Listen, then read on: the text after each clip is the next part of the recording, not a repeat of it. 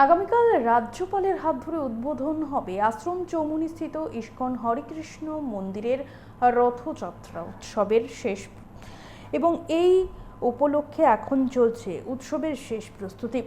রথের 7 দিন গুন্ডিচা মন্দিরে থাকবে মেলা এবং বিভিন্ন সামাজিক কর্মসূচি, থাকবে আধ্যাত্মিক নাটক, ভজন ও নৃত্য। প্রতিদিন সন্ধ্যায় ভক্তদের মধ্যে প্রসাদ বিতরণ করা হবে।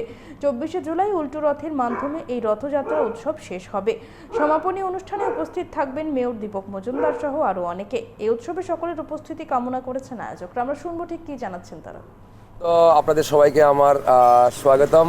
আর বিশেষ করে আগামীকাল অর্থাৎ 16ই জুলাই বৃহস্পতিবার আমাদের হরেকৃষ্ণ মন্দির থেকে ত্রিপুরার সর্ববৃহৎ জগন্নাথ এবং আগরতলার সর্ববৃহৎ রথে চড়ে আর এই রথের শুভারম্ভ করবেন ত্রিপুরার মহামান্য রাজ্যপাল শ্রীযুক্ত ইন্দ্রসেনা রেড্ডি নল্লু মহোদয়, আর সেই সাথে আরও অনেক গেস্টরা রয়েছেন।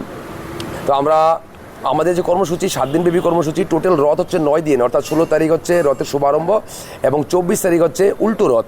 আর তার মধ্যে থাকছে আরও 7 দিন বিভিন্ন প্রোগ্রাম, ভজন, নাটক, সামাজিক কর্মসূচি, যেমন ক্যান্সার হসপিটালে আমাদের প্রসাদ বিতরণ প্রত্যেক বছর আমরা করি, গত 3 বছর ধরে চলছে। এটা হচ্ছে আমাদের 4th আগরতলা রথযাত্রা ফেস্টিভ্যাল।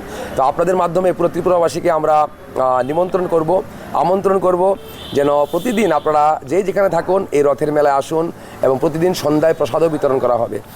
আর বিশেষ করে আগামীকাল অত্যন্ত পবিত্র দিন রথযাত্রা, পুরো বিশ্বব্যাপী এই রথের মহোৎসব।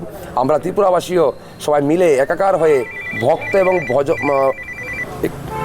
ভক্ত এবং ভগবানের মিলন হচ্ছে এই রথযাত্রা, সেটাকে আমরা আনন্দের সঙ্গে পালন করব।